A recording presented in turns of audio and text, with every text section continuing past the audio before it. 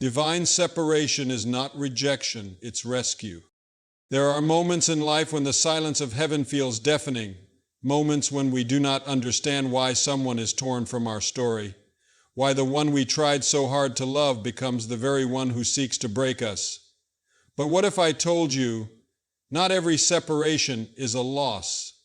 What if I told you that the moment you were pulled away, it wasn't your decision at all? It was God's. You see, when you're entangled with someone who mirrors the spirit of pride, manipulation, and deception, what Scripture would describe as a wolf in sheep's clothing, your prayers for peace may come in a way you never expected. Through separation, when God separates you from a narcissist, He doesn't do it out of cruelty, but compassion. He doesn't rip away what's good. He removes what's rotting your soul from the inside out. And the moment this divine intervention takes place, something begins to unravel in the one who once thought they held power over you. They lose control, not just over you, but over themselves. This message is not just about emotional detachment. It's about spiritual liberation. And it's also about what happens on the other side of obedience. When God does the separating and the narcissist, once so calculated and smug, begins to fall apart. Let's journey together into the truth of what unfolds when God steps in. 1. God's separation was a silent war against an invisible bond. There are chains that do not rattle, wounds that do not bleed, prisons that have no walls. And there are relationships that look beautiful on the outside, yet they strangle the soul. You were in one of them. To others it may have looked like a bond, a connection, a romance, even a blessing. But heaven saw it for what it truly was, a spiritual entanglement with darkness, wrapped in flattery and false light. While you fought to keep it alive, God was preparing to set you free, not because you gave up, but because He refused to let you die slowly under the weight of something never sent by Him. You see, God's mercy is not always loud. Sometimes it doesn't come with fire or thunder. Sometimes it comes in silence, in a shift of the wind, in a moment of clarity, in the sudden inability to keep tolerating what you once endured. That was not weakness. That was a divine intervention so quiet, even you didn't recognize it at first. Because the danger wasn't only in the abuse, the criticism, or the gaslighting. The true danger was what it was doing to your spirit. Each compromise of your boundaries, each moment you apologized for being hurt, each time you second-guessed your own worth, it was as if your soul was being unraveled, thread by thread. And the one standing across from you, the narcissist, they didn't see your pain. They only saw your tolerance. And they mistook it for submission. They believed they had won. But then came the moment no one talks about. Not the day you walked out, but the day heaven marked your escape. The day the Holy Spirit whispered, "You are mine, and this is not your prison." It didn't happen in one blow. It began in the realm of the invisible. Your appetite for chaos diminished. The charm that once entranced you began to feel hollow. The lies became louder. The peace grew quieter. And though your body still sat at their table, your spirit was already standing at the door. That's how God separates, not with force, but with truth. He begins by removing the veil. And once you see, you can never unsee again. C.S. Lewis once wrote, "We are not necessarily doubting that God will do the best for us. We are wondering how painful the best will turn out to be." That is the paradox of divine separation. It does not always feel like deliverance. It often feels like death. The death of a dream, the death of a hope, the death of a belief that love could change them. But what you thought was the death of something good was actually the birth of your freedom. The narcissist thought they still had time. They thought they could push a little harder, guilt you a little deeper, twist a little longer. They underestimated the God inside you. They did not expect you to awaken. They did not expect you to see, but you did, not because you suddenly became stronger, but because God began to rise within you. And in that rising, something sacred occurred. The narcissist lost access, not to your body, not even to your words, but to the part of you they needed most, your spirit, the part they fed on, the part they could not control but desperately tried to imitate. And once that was gone, once God reached in and pulled you out, nothing they did could stop the unraveling that followed. Because when God removes His own from a counterfeit covenant, He closes a door no man can reopen. He severs a tie no apology can mend. He burns a bridge no future manipulation can cross. That's why they panicked. That's why they spiraled. That's why they began to claw and cry and lash and plead. Not because they loved you, but because they lost the spiritual control they thought they had for life. And now the balance has shifted. The one they tried to destroy has been delivered. And the one they thought untouchable is now the most exposed. Because when God separates, He doesn't just free you. He declares war on every lie that ever tried to enslave you. 2, when God removed you, they lost their spiritual supply, and chaos began. The moment God separated you, something shifted in the unseen realm. A chain snapped, a stronghold collapsed, a power was revoked. What the narcissist once controlled with ease, your emotions, your attention, your presence, suddenly became unreachable. And to someone whose very identity is built on control, this was more than unsettling. It was catastrophic. You were not just someone in their life. You were their mirror. A divine soul reflecting back to them what they themselves could never be. Your forgiveness made them feel powerful. Your patience made them feel untouchable. Your loyalty gave them the illusion that they were worthy, even when their actions screamed otherwise. And in your light, they fed. On your compassion, they built a counterfeit throne. They were never in love with you. They were addicted to your presence. So when God removed you, it wasn't just the loss of a person, it was the loss of supply. And narcissists are spiritual addicts. They thrive on adoration, chaos, attention, and most of all, dominion over others' emotions. That was the true drug.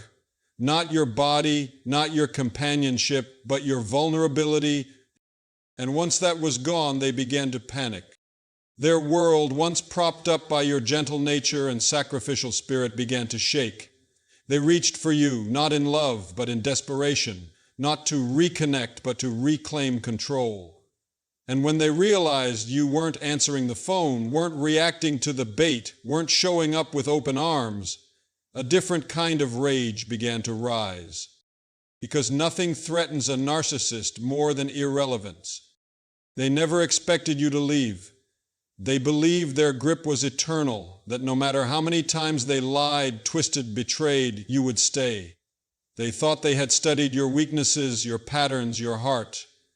But what they didn't account for was God. And when God stepped in, He didn't just sever the emotional bond, He cut the spiritual cord. He broke the invisible string that tethered you to their brokenness. And suddenly, you were no longer accessible. Not physically, not emotionally, not spiritually. You were out of reach. And that terrified them more than anything. That's why they spiraled. That's why they scrambled for replacements. Not because they moved on, but because they needed to feel powerful again. But no matter who they ran to, no matter how quickly they tried to reconstruct the illusion, nothing tasted the same. Nothing worked the same. No one gave them the worship, the softness, the purity that you carried, because that kind of light only comes from someone anointed, not just available. The narcissist was never afraid of losing you. They were afraid of losing access to what God put inside you: your joy, your hope, your discernment, your spiritual warmth. And when God separated you, He placed a wall of fire between you and their reach. Not because you were bitter, but because you were now protected. This is why they smear your name. This is why they provoke. This is why they play victim. Not because they're confused, but because they've lost control. And a narcissist without control is like a king without a throne. Desperate, delusional, and dangerous. But now they face something far worse than being ignored. They face being forgotten. And that is the true unraveling. When the one they underestimated becomes the one they can no longer touch. Comment below with "God rescued me" if you've seen the narcissist panic after losing access to your soul. And this, beloved, is only the beginning of their undoing, because after panic comes the performance, their final act of manipulation, and it's there where we journey next. 3. They attempt to manipulate you back, but God has closed the door. After the narcissist realizes they can no longer control you, they do not repent, they perform, because in the theater of manipulation, their most convincing role is always played after they've been exposed. They know they've lost their grip, but they believe they can win your heart back, not with truth, but with illusion. So they come back, not crawling, but calculating. They send messages that sound like apologies, but are laced with self-pity. They don't say, "I hurt you." They say, "I was broken." They don't say, "I used you." They say, "I didn't know how to love." Their words are rehearsed, like lines from a script designed to bypass your boundaries and enter through your compassion. And if the door is cracked open even slightly, they will come bearing a mask of sorrow, tears in their eyes, a tremble in their voice. But look deeper. There is no transformation, only desperation. Because here's what most never realize. When God separates you, He also shifts your spirit. He sharpens your discernment. He awakens you to truth so profound that even the most polished lie now sounds hollow. That same voice that once moved you to tears now grates against your soul. The same eyes that once pulled you in now fill you with unease. It's not that they changed, it's that you're no longer under their spell. And that frustrates them more than anything. The narcissist doesn't want you back because they miss your love. They want you back because they miss the control. Your silence is offensive. Your clarity is threatening. Your distance is infuriating. Because it means you've stepped into your God-given authority, and that makes them powerless. So they try again, this time through guilt. They remind you of your shared history. They say things like, "No one else understands me like you do," or "After all we've been through." But that's not intimacy. That's manipulation wrapped in nostalgia. It's bait. Emotional Trojan horses designed to open your door so they can walk back in, not to love you, but to reset the cycle. But God has already locked the door, because when God delivers someone, He doesn't send them back to Egypt. He doesn't part the sea so you can swim back into slavery. When He removes someone from your life for the protection of your soul, He doesn't ask you to entertain their performances. He asks you to remember the truth, the sleepless nights, the spiritual confusion, the endless second-guessing, the way you felt like you were drowning in the very love you were giving. C.S. Lewis once said, "You can't go back and change the beginning, but you can start where you are and change the ending." That is the invitation of divine separation, not to revisit the illusion, but to rewrite the ending with truth, freedom, and holy clarity.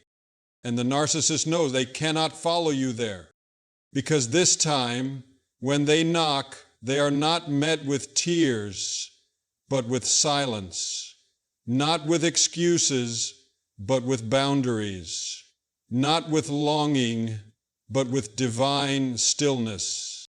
And here is where the manipulation dies, not in your resistance, but in your healing. Because a healed soul does not return to the one who broke it. A restored child of God does not bow again to false kings. And so, the narcissist is left to perform for an audience that no longer watches. Their words fall flat. Their games backfire. Their tactics, once so effective, now echo into emptiness. Because when God closes a door, it doesn't slam with rage. It seals with peace. A kind of peace that no counterfeit sorrow can unlock. A kind of peace that says, I forgive you, but I do not follow you back into the storm God delivered me from. And this peace becomes your shield, even as their rage begins to grow. For what follows next is not apology. It's unraveling. For when God ends their control, the narcissist begins to destroy themselves from within. There is a silence that falls after separation.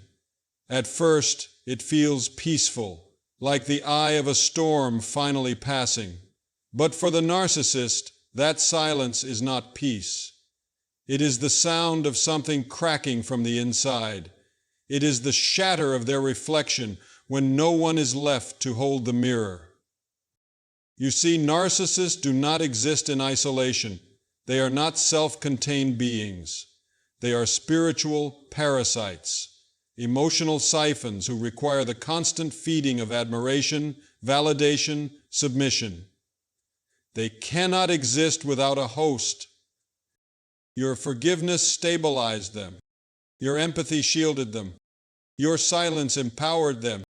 And your hope, your relentless, aching hope that they would one day change, it kept them afloat longer than they ever deserved. But then God intervened. And when God separated you, He didn't just close a door. He severed a lifeline. What the narcissist had mistaken for ownership was in truth only borrowed light.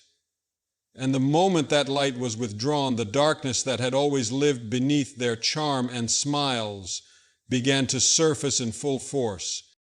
They didn't fall apart because you left. They fell apart because they were never whole to begin with.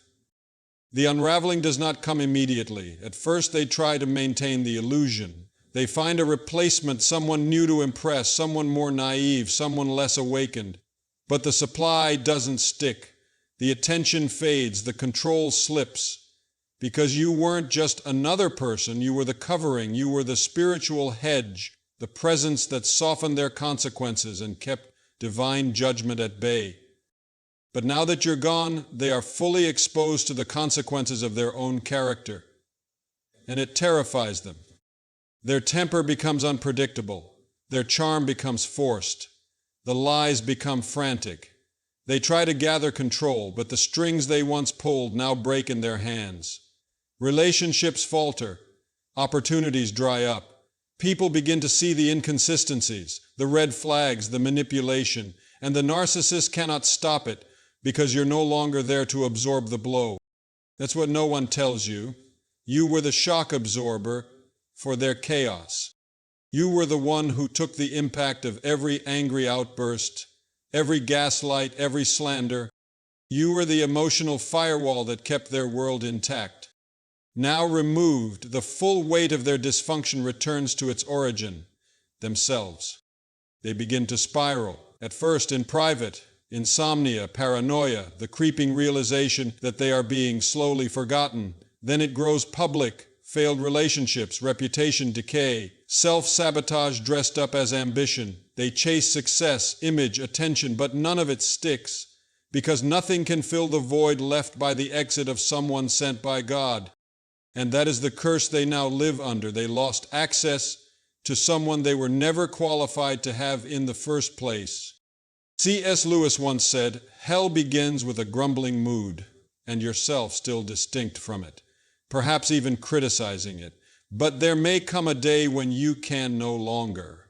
Then there will be no you left to criticize the mood or even to enjoy it, just the grumble itself going on forever like a machine."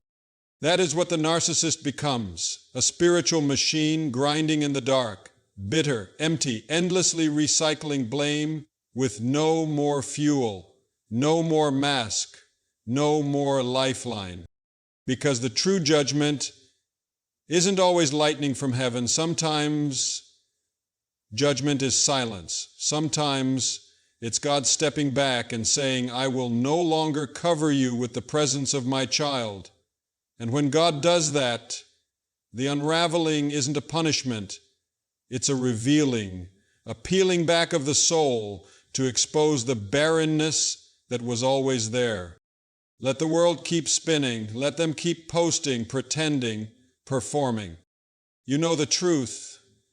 They are not evolving. They're not rising. They're disintegrating. One lie at a time, one mask at a time, one day at a time. And you are no longer the keeper of that collapse. Because what God has removed you from, He will never ask you to rebuild. What He has rescued you out of, He will never call you to revisit. And what He has allowed to fall apart in your absence, He is using to remind the world, "Do not touch what I have anointed." So stand still, watch from a distance, and know that their self-destruction is not yours to mourn. It is God's vindication unfolding. 5. God exalts you in front of them, and it burns them to watch. There is no vengeance more complete than peace, no judgment more precise than silence, and no rebuke more divine than the rising of someone who was meant to be buried. The narcissist, though they rarely admit it, lives with a single unspoken conviction: as long as I can control the story, I win. But what they never anticipated, what they could never calculate, was that God would change the ending. When God separated you, it was not just an act of escape, it was a recalibration of your destiny. You didn't crawl away, you were lifted. Lifted out of darkness, lifted out of confusion, lifted out of bondage masquerading as love. But the story doesn't end with your survival. That would have been mercy. Instead, God writes a final chapter that vindicates your very existence. He raises you in their presence, not to humiliate, not to provoke, but to reveal. Because when God heals someone, He doesn't tuck them into shadows. He brings them into the light, not as victims, but as vessels of His glory. Your restoration becomes a sermon, your healing becomes a warning, and your joy becomes the loudest silence they will ever hear. They watch and they ache, not because they care, but because they see what they lost, not a possession, not a supply, but access to something holy. You see, the narcissist was never tormented by who you were while you were with them. They only realize your value once God begins to unveil it outside their control.